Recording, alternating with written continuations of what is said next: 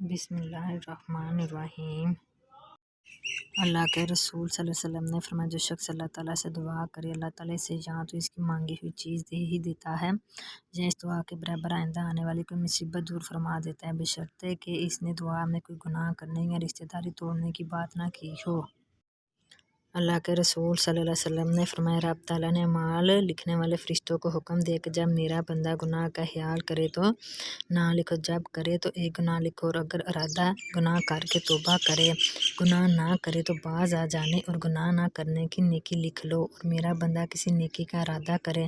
تو اس کی ایک نیکی لکھ لو، نیکی کا ارادہ بھی نیکی ہے، اور اگر کرے تو 10 گناہ سے لے کر 700 گناہ تک لکھو، جیسا اس کا اخلاص ویسی جزا۔ اللہ کے رسول صلی اللہ علیہ وسلم نے فرمایا، جب شیطان کو جنت سے نکالا جا رہا تھا تو اس نے رب سے کہا کہ میں تیرے بندے کو اس وقت تک گمراہ کرتا رہوں گا جب تک ان کے جسم میں روح رہے گی، اور اس پر اللہ نے فرمایا، میں اپنے بندے کو اس وقت تک بخشتا رہوں گا جب تک وہ مجھ سے استغفار کرتے رہیں گے۔ رسول اللہ صلی اللہ علیہ وسلم نے فرمایا، میں ان 3 اشخاص کے لیے جنت میں گھر کی ضمانت دیتا ہوں، جو حق پر ہونے کے باوجود جھگڑا چھوڑ دے، مذاق میں بھی جھوٹ نہ بولے، اور جس کا اخلاق بہت ہی اچھا ہو۔ رسول اللہ صلی اللہ علیہ وسلم نے فرمایا، مسلمان کو جو بھی تکان، بیماری، فکر، غم اور تکلیف پہنچتی ہے، حتیٰ کہ کانٹا بھی چبھتا ہے، تو اس کی وجہ سے اللہ تعالیٰ اس کے گناہ کو معاف کر دیتا ہے۔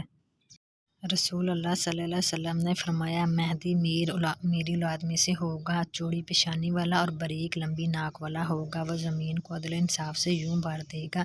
جیسے ظلم و جور سے بھری گئی تھی، وہ 7 سال تک حکومت کرے گا۔ رسول اللہ صلی اللہ علیہ وسلم نے فرمایا، بندے کو قیامت کے دن جب اس کا نامہ اعمال دیا جائے گا، تب اس میں ایسی نیکیاں لکھی ہوں گی جو اس نے کبھی نہیں کی ہوں گی۔ وہ پوچھے گا، یا رب، یہ نیکیاں کہاں سے آئیں؟ اللہ تعالیٰ فرمائیں گے، تیری بے خبری میں لوگوں نے تیری غیبت کی، نیکیاں ان کے غیبت کرنے سے تجھے ملی ہیں۔